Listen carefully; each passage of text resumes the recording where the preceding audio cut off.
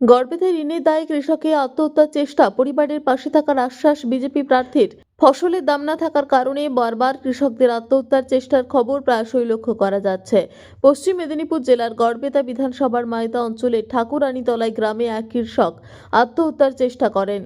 কৃষক অশ্বিনী নন্দী দীর্ঘদিন ধরে ঋণের দায়ে জর্জরিত হয়ে গিয়েছিলেন, তাই অবশেষে নিজেকে শেষ করে দেওয়ার চিন্তা নাই। শনিবার রাত্রে তিনি গলায় ফাঁস দিয়ে ঝুলে যান বাড়িতেই। তারপরে বাড়ির লোকজন চলে আসায় কোনো রকমে এই যাত্রায় প্রাণে বেঁচে যান।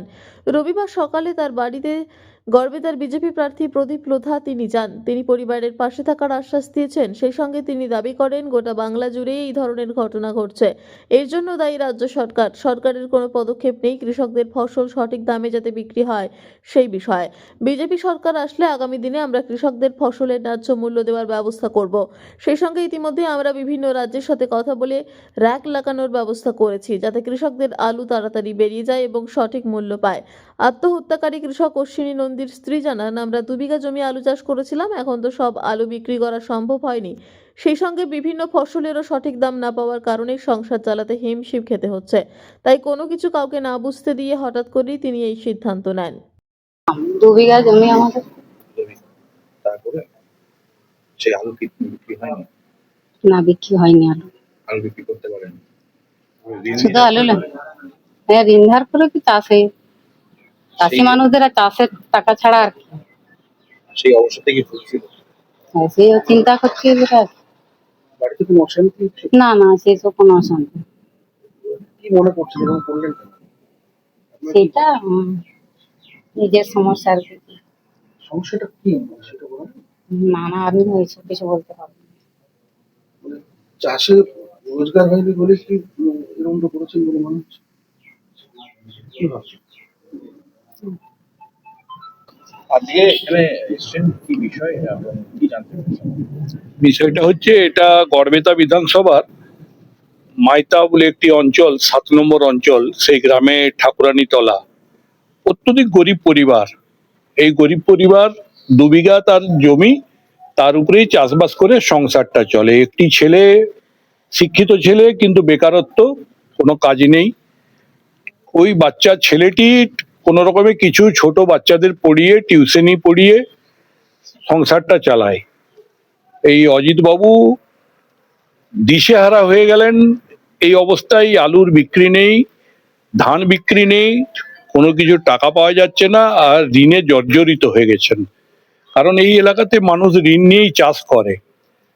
তার ফলে গতকাল 8:30টার সময় উনি হতাশায় গলায় দড়ি নেন এবং কোনো রকমে ওর বাড়ির লোকেরা বুঝতে পেরে যায় বলে উদ্ধার হয়েছে। বর্তমানে বাঁকুড়া হাসপাতালে চিকিৎসাধীন আছে।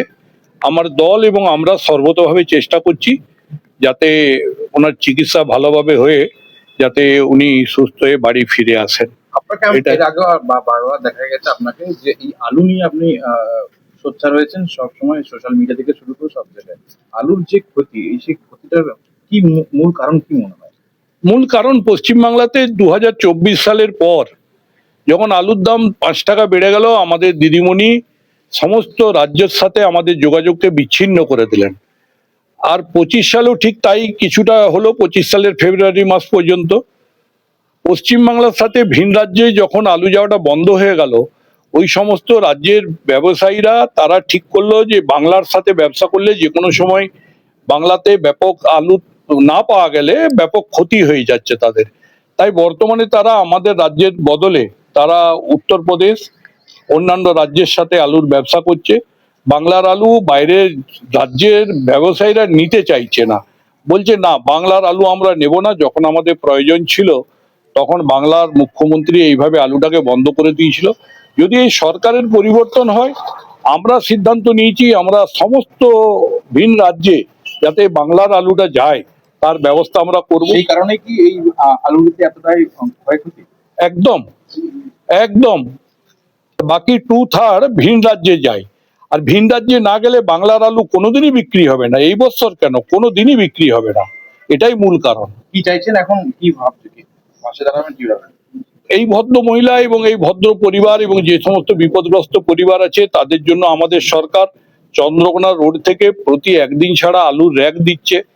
কেন্দ্রীয় সরকারকে আমরা অনুরোধ করার পর এই ব্যবস্থা হয়েছে। প্রতিদিন তারকেশ্বর এবং চন্দ্রকোনা রোড থেকে 40,000 বস্তা আলু ভিন রাজ্যে আমরা রপ্তানি করছি। আমাদের সরকার এলে আমরা আগামী দিনে চাষিদের আলু যেন ন্যায্য দামে বিক্রি হয় এবং চাষি যেন 2 পয়সা পায়, তার জন্য ভিন রাজ্যে আমরা নিজেরা সরকারকে উদ্যোগ নিয়ে আমরা কৃষকদের পাশে দাঁড়াবো, কৃষকদেরকে সহায়তা করব।